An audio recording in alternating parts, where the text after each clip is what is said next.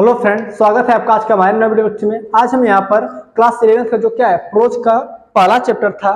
Class 11 के pros का पहला chapter the portrait of lady, इसको हमने क्या किया था, इसका दो पार्ट हमने पढ़ चुका है। पहला पार्ट और सेकंड पार्ट जो बनाया था हमने कहाँ से पढ़ा है, दूसरे पार्ट में। यहाँ तक हम लोगों ने पढ़ा है कि when I came back she would ask me what the teacher had taught me. हम लोगों ने यहाँ तक क्या किया है, पढ़ चुका है। इसके आगे का पढ़ते हैं। लिखा है I would tell her English, क्या लिखा है, I would tell her English words and little things of western science and learning, the law of gravity, Archimedes principle, the world being round it. मतलब कि जब खुशवंत सिंह जी शहर वाले स्कूल में पढ़ करके घर आते थे तो उनकी दादी माँ पूछती थी कि टीचर ने तुम्हें क्या क्या पढ़ा है। खुशवंत सिंह जी बताते थे, क्या क्या बताते थे कि आई मतलब मैं, वुड टेल बताता था, हर यानी कि उनको, किनको, दादी माँ को। खुशवंत सिंह जी क्या कर रहे हैं कि मैं उनको बताता था, क्या बताता था, इंग्लिश वर्ड, अंग्रेजी के शब्दों के बारे में बताया करता था, एंड और लिटिल थिंग्स यानी कि छोटी छोटी वस्तुएं या छोटी छोटी चीजों के बारे में बताया करता था। आगे लिखा है ऑफ वेस्टर्न साइंस, वेस्टर्न यानी कि पश्चिमी साइंस यानी कि विज्ञान, यानी कि जो क्या है पश्चिमी विज्ञान है उसके बारे में बताया करता था। पश्चिमी विज्ञान मतलब कि जब मैं शहर वाले स्कूल से पढ़कर घर आता था तब दादी माँ मुझसे पूछती थी कि अध्यापक ने तुम्हें क्या क्या पढ़ा है, तो मैं उनको बताता था कि मैं यह सब पर इंग्लिश के कुछ वर्ड्स के बारे में बताता था और जो पश्चिमी विज्ञान के बारे में छोटी छोटी चीजें बताई जाती थी उनको भी बताता था। आगे लिखा है एंड और लर्निंग, और जो भी सीख कर आता था वो सभी चीजें बता दिया करता था। द लॉ ऑफ ग्रेविटी, क्या सीख कर आते थे, तो लिया है कि द लॉ ऑफ ग्रेविटी यानी कि गुरुत्वाकर्षण का नियम, लॉ ऑफ ग्रेविटी यानी कि गुरुत्वाकर्षण के नियम, आर्किमिडीज प्रिंसिपल यानी कि आर्किमिडीज का सिद्धांत। अगले दिया है द वर्ल्ड बीइंग राउंड, और धरती गोल है, संसार गोल है, इसके बारे में यानी कि एटसेट्रा, इसके बारे में क्या होता दादी को बताया करता था। आगे लिखा है this made her unhappy, this मतलब इससे, किनसे, इन सभी चीजों से, यानी कि जब मैं दादी माँ को बताता था ये सारी चीजें तो इससे मेड यानी कि हो जाती थी, हर वह यानी कि मेरी दादी माँ, अनहैप्पी यानी कि नाराज या फिर दुखी, इन सभी चीजों से मेरी दादी माँ क्या हो जाती थी, नाराज हो जाती थी। लिखा है she could not help me with my lesson, she मतलब वह, कौन, दादी माँ, कुड नॉट नहीं कर सकती थी, हेल्प यानी कि सहायता, मेरी दादी माँ सहायता नहीं कर सकती थी, मी मेरा, विथ माई लेसन मेरे पाठों में, मेरे अध्यायों में, पाठ लेसन यानी कि पाठ या फिर अध्याय, मेरी दादी माँ मेरे अध्यायों में सहायता नहीं कर सकती थी। आगे लिखा है she did not believe in the thing they taught at the English school and was distressed that there was no teaching about the God। यहाँ तक पढ़ते हैं, क्या लिखा है कि सी डिड नॉट बिलीव, सी मतलब उन्हें, डिड नॉट बिलीव मतलब होता है विश्वास नहीं होता था, बिलीव होता है क्या, विश्वास, दादी माँ को विश्वास नहीं होता था, इन मतलब में, द थिंग मतलब इन सभी चीजों में, मतलब कि जो भी कुछ स्कूल में पढ़ाया जाता था उन सभी चीजों में दादी माँ को विश्वास नहीं होता था। आगे लिखा है कि they taught at the English school, they मतलब वे लोग, टॉट मतलब पढ़ाते थे, एट द इंग्लिश स्कूल अंग्रेजी स्कूल में या फिर अंग्रेजी विद्यालयों में, यानी कि जो कुछ भी अंग्रेजी विद्यालय में पढ़ाया जाता है दादी माँ को उनमें विश्वास नहीं होता था। आगे लिखा है कि एंड और वाज डिस्ट्रेस्ड, डिस्ट्रेस होता है परेशान हो जाना, नाराज हो जाना, क्या, परेशान होना, डिस्ट्रेस्ड यानी कि दादी में क्या हो जाती थी, परेशान हो जाती थी, that there was no teaching about God, that की देयर वाज नो टीचिंग, कुछ भी नहीं पढ़ाया जाता है किसके बारे में, अबाउट के बारे में, अबाउट यानी कि के बारे में, गॉड यानी कि भगवान, मतलब जब मैं अंग्रेजी विद्यालय में से पढ़कर आता था घर पर दादी माँ को सारी चीजें बताता था तो दादी माँ क्या होती थी, बिल्कुल नाराज हो जाती थी और उनको क्या होता था, इन सभी चीजों पर विश्वास नहीं होता था। और क्यों नहीं होता था, क्योंकि दादी माँ क्या है, एक धार्मिक महिला है और उनको क्या चाहिए कि भगवान से जुड़ी सारी बातें उनको चाहिए, लेकिन स्कूलों में क्या है कि भगवान से जुड़ी कोई बातें नहीं पढ़ाई जाती थी, इसलिए दादी माँ क्या हो जाती है, नाराज हो जाती है। आगे लिखा है कि एंड और द स्क्रिप्चर्स, और जो क्या है धार्मिक ग्रंथ है, स्क्रिप्चर्स यानी कि धार्मिक ग्रंथ, धार्मिक पुस्तक, तो दादी माँ क्या चाहती थी, यानी कि जिनको जो चीज़ सुनना पसंद था अगर उनके मन की बात न की जाए तो परेशान हो ही जा करते हैं। तो यहाँ पर दादी माँ को जब पूछती थी खुशवंत सिंह जी से तो वह बताते थे ये सब चीज़ें मैंने पढ़ के है, तो दादी माँ नाराज होती थी क्योंकि उनको क्या चाहिए, उनको चाहिए तो क्या भगवान के बारे में बताया जाए और धार्मिक पुस्तकों के बारे में बताया जाए। धार्मिक पुस्तक जैसे रामायण, गीता, बाइबल, ये सब उनके बारे में। आगे, one day I announced, one day मतलब एक दिन, I announced that we were being given music lesson, one day एक दिन, वन डे मतलब एक दिन, आई मतलब मैं, अनाउंस्ड यानी कि घोषणा किया, एक दिन मैंने घोषणा किया, दैट की वी वर बीइंग हम लेने वाले हैं, गिविंग मतलब हिस्सा लेने वाले हैं, म्यूजिक लेसन मतलब संगीत का पाठ। तो दिया क्या, वन डे एक दिन, आई नाउट मैंने घोषणा किया, मैंने घर पर बताया, दैट की क्या बताया, we were being given music lesson हम क्या करने वाले हैं, संगीत का पाठ करने वाले हैं, मतलब हमारे स्कूल में संगीत का कार्यक्रम होने वाला है तो मैं भी उसमें हिस्सा ले रहा हूँ। अब खुशवंत सिंह जी ये बात अपनी दादी माँ को बता रहे हैं। आगे देखते हैं, सी वाज वेरी डिस्टर्ब, सी मतलब वह, कौन, दादी माँ, वाज वेरी डिस्टर्ब, वाज यानी हो जाती थी, वेरी बहुत, डिस्टर्ब यानी कि परेशान, मेरी दादी माँ क्या हो गई, बहुत ही परेशान हो गई। क्यों परेशान हुई, क्योंकि बता रही है, to her music had lived association, to her उनके लिए, किन के लिए, दादी माँ के हिसाब से, दादी माँ के लिए, म्यूजिक संगीत, हैड था, लिव्ड एसोसिएशन एक अशोभनीय संगठन का काम है। लिव्ड एसोसिएशन मतलब होता है अशोभनीय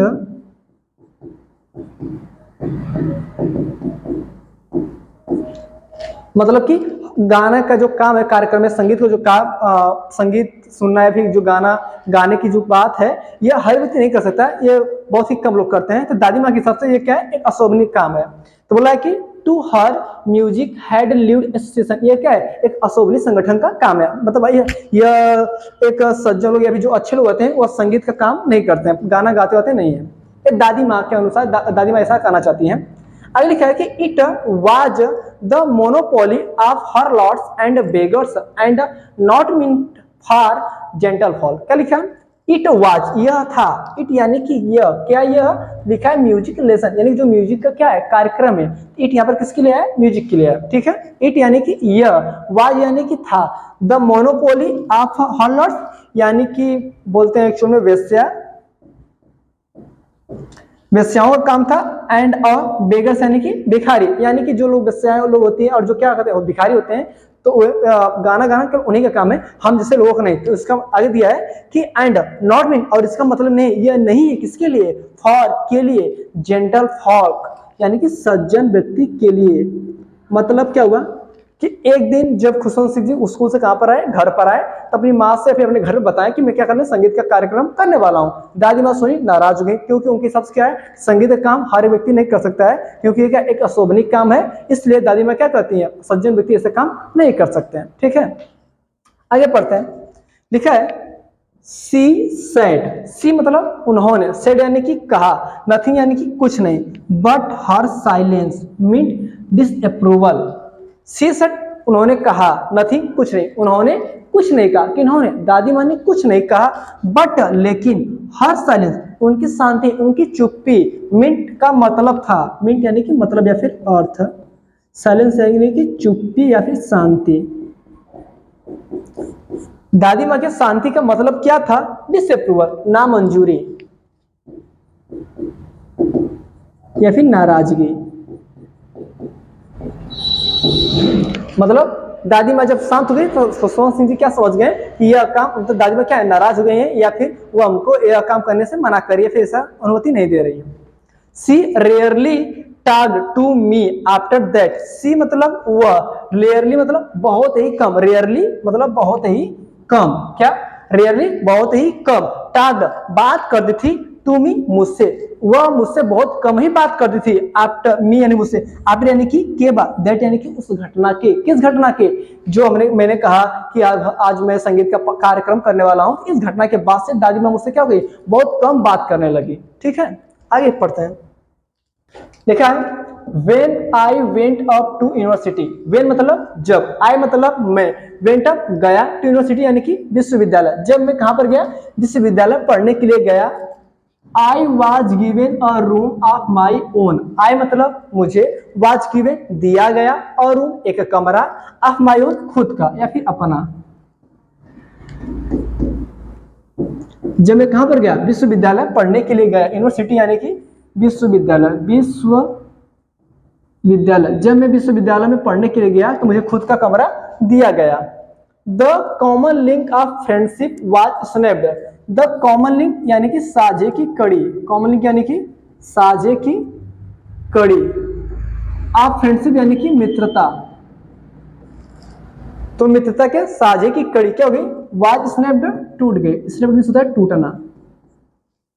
तो हमारे बीच मित्रता की जो क्या है साझे की कड़ी थी वो क्या हो गई, टूट गई। क्यों? क्योंकि जब ये क्या शहर वाले घर में रहते थे तो दादी माँ और खुशवंत सिंह क्या है साथ साथ एक ही घर में रहते थे। अब क्या है खुशवंत सिंह जी कहाँ चले गए, यूनिवर्सिटी पढ़ने के लिए चले गए, उनका खुद का कमरा है। अब दोनों लोग क्या हो गए, अलग अलग है। तो साझे की कड़ी का मतलब क्या है कि जो घर था ना सर का वो क्या है एक कॉमन लिंक है जहाँ पर दोनों लोग रहते थे, यानी कि दादी माँ भी वहीं पर है और खुशवंत सिंह जी वहीं पर। लेकिन अब से ऐसा नहीं हुआ क्योंकि क्या खुशवंत सिंह जी कहाँ पर चले गए हैं,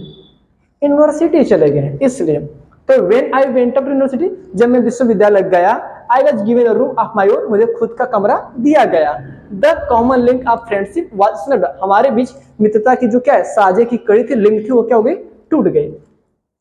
my grandmother accepted her seclusion with resignation. My grandmother यानी कि मेरी दादी माँ, एक्सेप्टेड स्वीकार कर लिया, हर सेक्युलेशन अपना एकांतवास, विथ यानी कि से, रिजिग्नेशन शांत भाव से, ठीक है।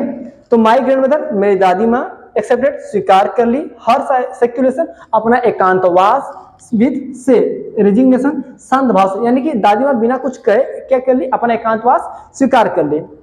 She rarely left her spinning wheel to talk to anyone. She मतलब वह, रेयरली मतलब बहुत ही कम, लेफ्ट मतलब छोड़ती थी, हर यानी कि अपना, स्पिनिंग व्हील चरखा, स्पिनिंग व्हील को हिंदी में क्या बोलते हैं, चरखा,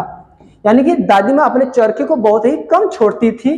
टू टॉक बात करने के लिए, टू एनीवन किसी भी व्यक्ति से, यानी कि अगर किसी व्यक्ति को क्या दादी माँ से बात करना है तो दादी माँ स्पिनिंग व्हील के पास ही रहेंगी और जिसको भी बात करना है वो वहीं पर चले जाए, दादी माँ अपने स्पिनिंग व्हील को नहीं छोड़ने वाली है। तो लिखा है क्या कि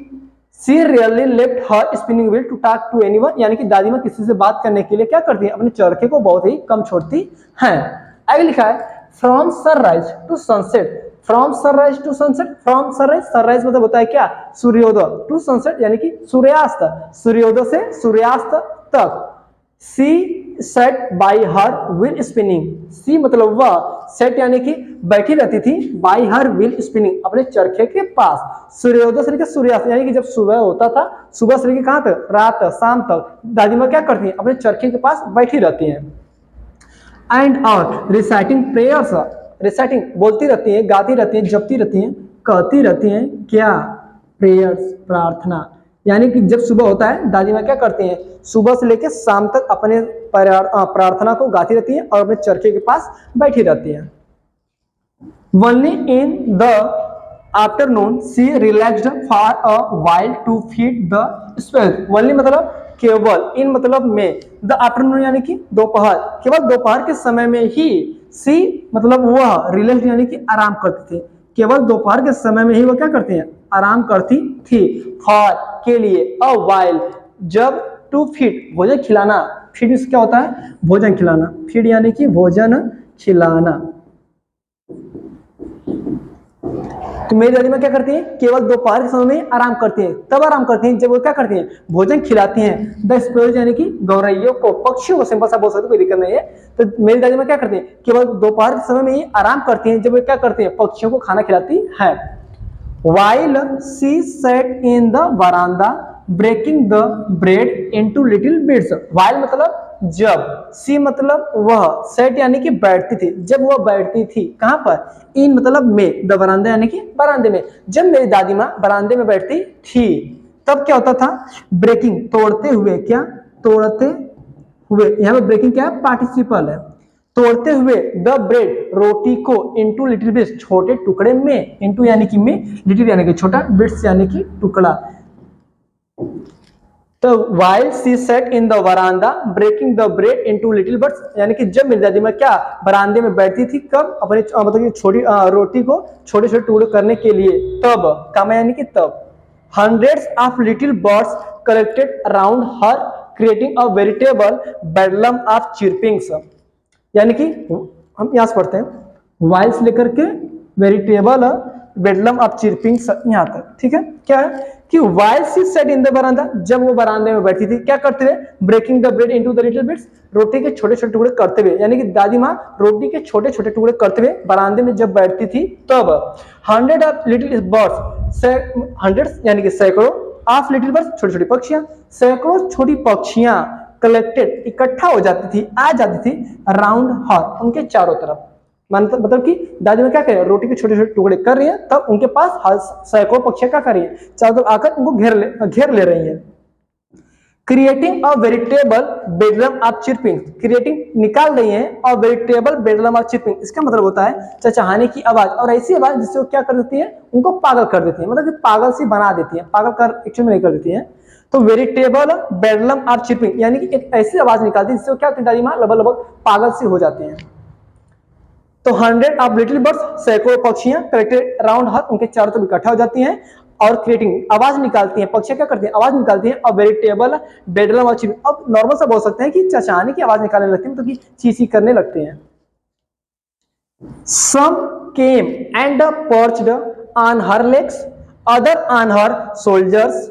सब मतलब कुछ, यानी कि कुछ पक्षियां केम आती एंड और पर्च्ड बैठ जाती, ऑन हर लेग्स उनके पैरों पर, यानी कुछ पक्षियां आती और उनको उनके पैरों पर, दादी माँ के पैरों पर बैठ जाती हैं। अदर्स यानी दूसरी पक्षियां ऑन हर शोल्डर, और उनके कंधों पर बैठ जाती, यानी कि जो सैकड़ों पक्षियां होती थी उनमें से कुछ पक्षियां आती थी वो दादी माँ के पैरों पर बैठती थी, और कुछ आती तो कहां पर, शोल्डर यानी कि कंधों पर बैठ जाती थी। आगे दिया है कि some even sat on her head, some कुछ इवन यहां तक कि सेट बैठ जाती थी ऑन हर हेड उनके सिर पर, यहां तक कि कुछ पक्षी कहां पर, दादी माँ के सर पर भी बैठ जाती थे।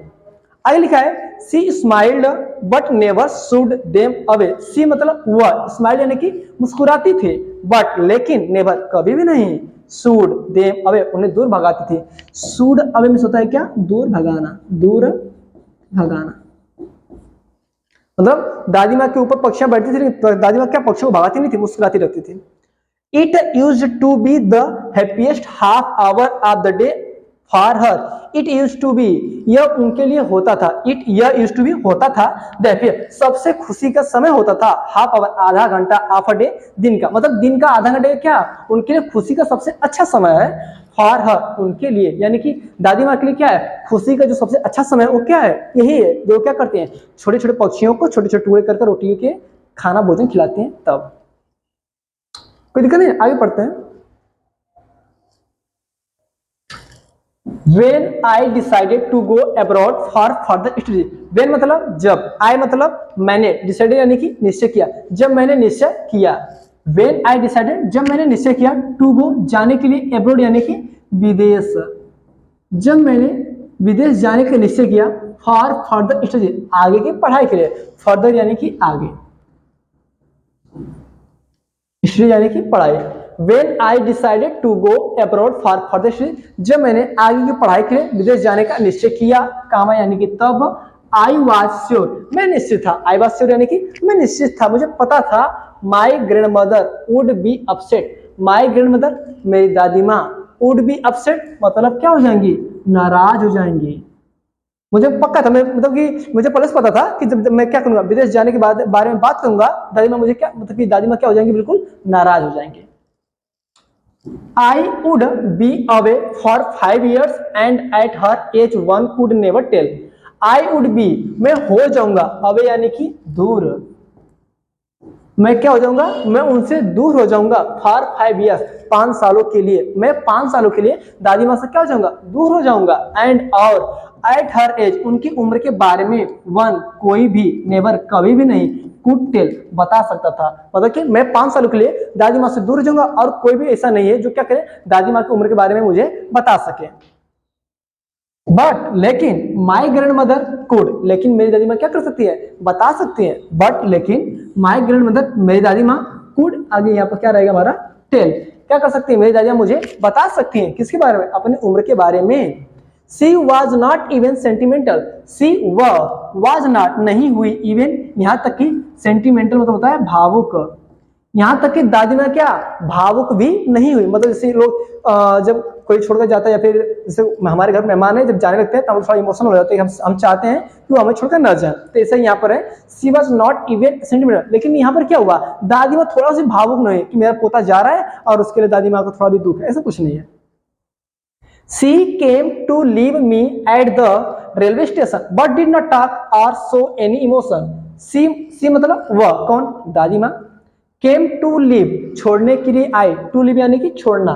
के मतलब आए, तो she came to leave वो मुझे छोड़ने के लिए आई, मी यानी कि मुझे, at the रेलवे स्टेशन पर, दादी माँ मुझे रेलवे स्टेशन पर छोड़ने के लिए आई, बट लेकिन डिड नॉट टॉक बातें नहीं किया, आर और सो एनी इमोशन और कोई भी इमोशन भाव नहीं दिखाया। इमोशन यानी कि भावना,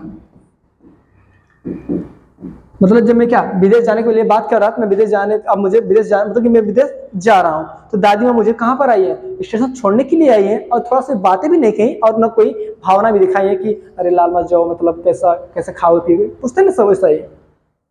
आगे लिखा है हर lips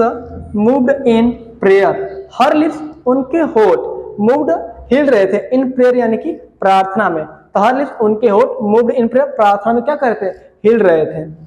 her mind was lost in prayer, her mind उनका दिमाग उनका मन क्या हो गया था, वाज लॉस्ट डूबा हुआ था, खोया हुआ था, इन प्रेयर प्रार्थना में। दादी माँ का जो क्या था मन था वो कहाँ पर डूबा हुआ था, प्रार्थना में डूबा हुआ था। हर फिंगर्स वर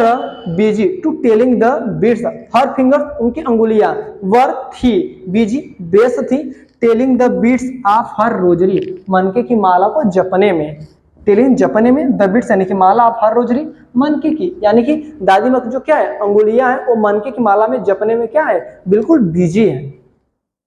साइलेंटली चुपचाप, सी किस्ड माई फॉरहेड, सी मतलब उन्होंने, किस्ड यानी कि चूमा, माई फॉरहेड मेरे माथे को, उन्होंने क्या किया मेरे माथे को साइलेंटली मतलब शांति से चूमा, एंड और वेन मतलब जब, आई लेफ्ट मैं जा रहा था, आई चेरिड मींस होता है संभाल कर रखना,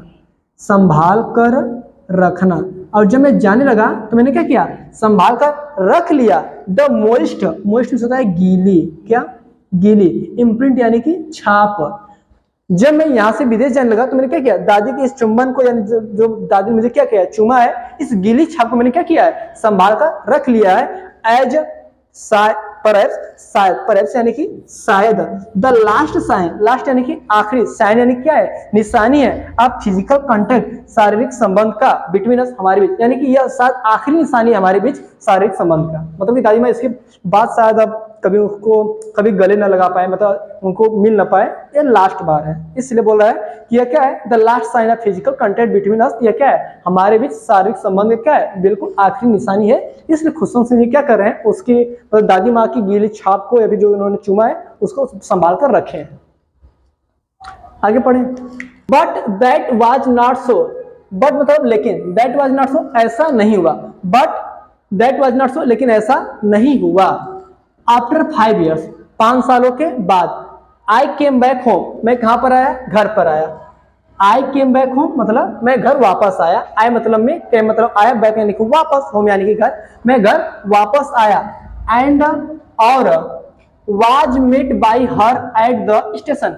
एंड और वाज मेट उनसे मिला, बाय हर यानी कि उनसे, एट द स्टेशन पर, यानी कि मतलब ऐसा कुछ भी नहीं हुआ, मतलब कि आखिरी बार नहीं था, मतलब जैसे खुशम सिंह को लगा कि अब मैं जा रहा हूँ, हो सकता है कि 5 सालों में दादी माँ गुजर जाए, मतलब मर जाए, तो यह शायद आखिरी निशानी है, लेकिन जब खुशम सिंह क्या हो रहा है 5 साल के बाद आ रहे हैं तो दादी माँ जिंदा है, वो उनसे मिल रहे हैं, तो वो इसलिए बोला है कि but that was not so लेकिन ऐसा कुछ भी नहीं हुआ। आफ्टर 5 years 5 सालों के बाद, आई केम बैक होम मैं घर वापस आया, एंड और was met by her at the station मैं क्या किया उनसे स्टेशन पर मिला। She did not look a day, she did not look a day older, she मतलब वह, डिड नॉट लुक दिखाई नहीं पड़ रही थी, अ डे एक भी दिन, ओल्डर यानी कि बूढ़ी, वह एक दिन अधिक बूढ़ी दिखाई नहीं दे रही थी, मतलब कि 20 सालों से खुशम सिंह जी जैसे दादी माँ को देख रहे हैं, और दादी माँ अभी भी क्या है वैसी की वैसी ही, मतलब थोड़ा सा भी उनकी एज में उम्र में चेंजेस नहीं हुआ है, इसलिए हम लिखा है कि she did not look a day older, उनकी उम्र में क्या एक दिन का भी फर्क नहीं पड़ा है। She still had no time, she still had no time for words, she मतलब उनके, हैड स्टिल मतलब अभी भी, हैड यानी कि पास, नो मतलब नहीं था, टाइम यानी कि समय, उनके पास अभी भी समय नहीं था फॉरवर्ड शब्दों के लिए या फिर कुछ कहने के लिए, दादी माँ के पास कहने के लिए अभी भी क्या कुछ भी शब्द नहीं थे। And or while she clasped me in her arms, I could hear her reciting her prayers. And or while मतलब जब, clasped उन्होंने मुझे क्या किया, बाहों में भर लिया, मी यानी कि मुझे, इन हर आर्म्स यानी कि अपनी बाहों में, जब उन्होंने मुझे क्या किया, अपनी बाहों में भरा, तब आई कुड हियर, आई मतलब मैं, कुड हियर यानी कि सुन सकता था। हर रिसाइटिंग उनकी, रिसाइटिंग यानी कि कहते हुए या फिर जपते हुए, हर प्लस उनकी प्रार्थना को, यानी कि जब मैं स्टेशन पर वापस आया, मतलब कि जब मैं घर वापस आया तब दादी मुझसे मिली और मैं क्या, जब उन्होंने क्या कि मुझे बाहों में भरा, तो मैं क्या उनकी प्रार्थना को, जब से प्रार्थना को मतलब कि अच्छे से सुन सकता था, मतलब कि दादी माँ क्या राम राम राम जो भी करते होंगी कर रही थी, मतलब सुनाई दे रहा था। आगे लिखा है कि even on the first day, even यहाँ की यहाँ तक कि ऑन द फर्स्ट डे पहले दिन पर ऑफ माई अराइवल यानी कि मेरे आगमन के, अराइवल यानी कि आगमन, even on the first day of my arrival यहाँ तक कि मेरे आगमन के पहले दिन पर भी, her happiest moments were with her sparrows, her happiest उनका सबसे अच्छा मोमेंट्स यानी कि समय वर था विथ हर स्पैरोज अपने पक्षियों के साथ या फिर गौरैयों के साथ, मतलब कि जब मैं क्या पहले दिन पर घर आया ना तो मेरे साथ उनका अच्छा समय नहीं था, अच्छा उनका अच्छा समय किसके साथ था, पक्षियों के साथ था। whom she feed longer and with frivolous remarks, whom जिसको, सी मतलब वह, फीड यानी कि भोजन खिलाती थी, लॉन्गर यानी कि लंबे समय से, यानी कि जिसको दादी माँ क्या करती हैं, मतलब जिन पक्षियों की दादी माँ लंबे समय से क्या करती हैं, भोजन खिलाती थी, एंड और विथ फ्रिवोलस रिमार्क्स होता है हल्का फुल्का डांट फटकार लगाना, यानी कि जब पक्षियां ज्यादा परेशान करती थी तो मैं हा हा करती थी, दिया है कि whom she feed longer and with frivolous remarks, यानी कि जिनको दादी माँ क्या करती थी, जिन पक्षियों को बहुत लंबे समय से भोजन खिलाती थी और हल्की फुल्की डांट फटकार लगा दी थी, इन पक्षियों के साथ दादी माँ का क्या था, सबसे अच्छा समय बीता मेरे आगमन के पहले दिन भी।